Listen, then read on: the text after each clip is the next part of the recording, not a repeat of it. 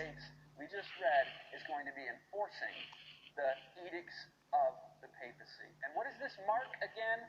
The mark of the beast, the seal of God. We studied that. The seal of God is placed in the forehead. The mark of the beast either just is going through the actions or true believers in papal authority. C.F. Thomas, a Catholic authority, said last time, of course, the Catholic Church claims that the change of the Sabbath was her act. And the act is a mark of her ecclesiastical power and authority in religious matters. You couldn't say it any more clearly than that. So this prophecy is pointing to a more incredible future than even the most talented fiction writers could ever dream up. But it's real, and it's coming soon. We just read, the powers that be in the United States will become enforcement arms for papal Sunday observance edicts, with the change to Sunday being the beast's own mark of authority, that we can think to change the times and laws of God. Outlawing religious freedom, enforcing a counterfeit religious practice. Now that sounds shocking, especially if that's the first time you've ever heard that. I really implore you to go back through, because this is like very heavy stuff, but there's a lot of precedent biblically that brought us to this point. And this is nothing new in history. The idea that kings or governments would exercise the authority of the religious authority of Rome, I mean, that's what happened for 1,260 years. But is it possible that America, I mean, a place where that was founded as a Protestant, a land of freedom of religion for all, with the Protestant principles and a republic, that we would end up in a place of oppression and submitting to the authority of the Pope of Rome? Well, that's not only possible, it's certain. The Bible says it, and I know that it sounds hard to believe, but it's a whole lot less hard to believe now than it was 100 years ago. I'll tell you something. When people were preaching this 100 years ago, they sounded crazy, right? And how much closer are we to that now than we were 100 years ago? So we're going to see the former United States of America, if you will, drifting away from the Constitution, drifting away from God, imposing the most tyrannical measures in history. I mean, this is beyond lockdowns and forced church closures. This is beyond what they're doing to children. This is beyond deeming certain workers non-essential and declaring no buying and selling with certain businesses in that way. This is even beyond mandated medical interventions. This is going to the apex of the devil's plan of tyranny in the last days. And all of these other things that we've seen in the last years is a dress rehearsal for what's to come. You amp up the persecution in all sorts of different ways. You demonize a group as the other throughout history, whether that's demonizing people and doing witch hunts, or people because of the color of their skin, or the Jews are the scapegoat for all our problems. You demonize a group as the other. Well, who's going to be the group in the last days? Those who stay faithful and true to the commandments of God. We'll be told, you're not allowed to buy or sell. In fact, there's a death decree coming your way.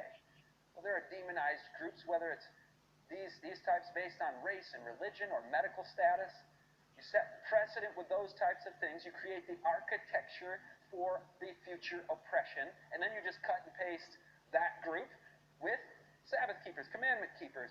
And so it's all being readied and prepared, even in the years that have preceded us. So in union with the papacy, Sunday laws will be imposed globally. Nobody will be able to buy or sell, but those that take that mark, even that death decree will come down. Now, I want to give you a quick reminder. I know we said this last time. It was a long time ago. And some of these things you have to say again and again. Nobody has the mark of the beast right now, because we're not to that stage in the narrative yet where the mark of the beast is imposed and enforced. No buy, no sell, death decree. When we get there, that's when people, sadly, will have the mark of the beast. Nobody has to, by the way. You don't have to. You don't have to be afraid, like, am I going to take it? Am I going to have it? Am I going to be lost? There's no fear in love. Perfect love drives out all fear. And Jesus has given us every needed provision for our salvation. And we can follow him, follow the Lamb wherever he goes. So I know this is an intense message. I get it. But don't let an ounce of fear come in. Because, the devil is going to sow that. He's going to sow the uncertainty. He's the accuser who comes and says, oh, you need to be worried. No, we don't need to be worried. But let's tell and think about this 11th hour in which we stand and the soon coming events when these things are going to be enforced.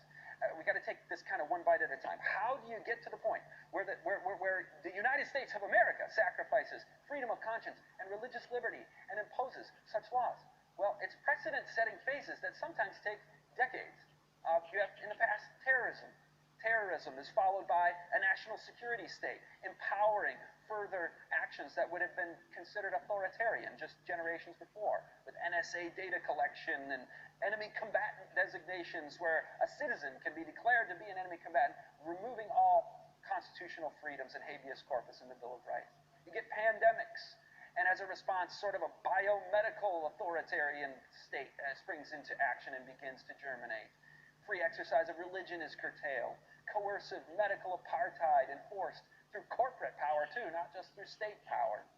How about LGBTQIA activism? You get a decade of that, and all of a sudden freedom to speak in public is curtailed on public forums, extinguished, and labeled as hate. Hate speech that violates community standards, and it's completely outlawed in some countries.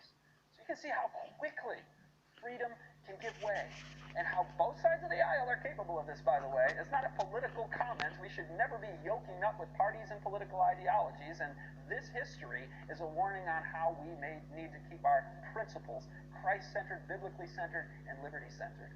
But Thomas Jefferson said, "Experience hath shown that even under the best forms of government, those entrusted with power," what happens? Well, power corrupts, right? Absolute power corrupts absolutely. He says, "Those entrusted with power have in time, and by slow operations," it's like a frog in the pot, "they pervert things into tyranny." Now, when I read that quote years ago when I was teaching political science, I thought about the direction things have already gone and how much further yet you need to go in order to get to that Revelation 13 scenario. And you're going, we're in America's 11th hour right now. How much freedom do we really have left, and for how long? We cherish and embrace and love the freedoms that we do have. And we're thankful to God for it. That's one of the big things on Thanksgiving Day and every day. And it's easy, by the way, to blame Washington, D.C., to blame the governor, the soulless corporations and big tech, and there's plenty of problems there. But, really, the degradation in human society has to come back to the question of human sin growing worse. The prophecies we saw in 2 Timothy chapter 3 speak of the degradation of morals and people becoming lovers of themselves, lovers of pleasure rather than lovers of God. The churches seem to have lost all their spiritual power, no longer willing to call sin by its right name, no prophecy being taught, no gospel power, as it might offend somebody. We've got to skirt around the edges of everything. Did you know less than 1 in 10 Christians today, less than 1 in 10 Christian families prays together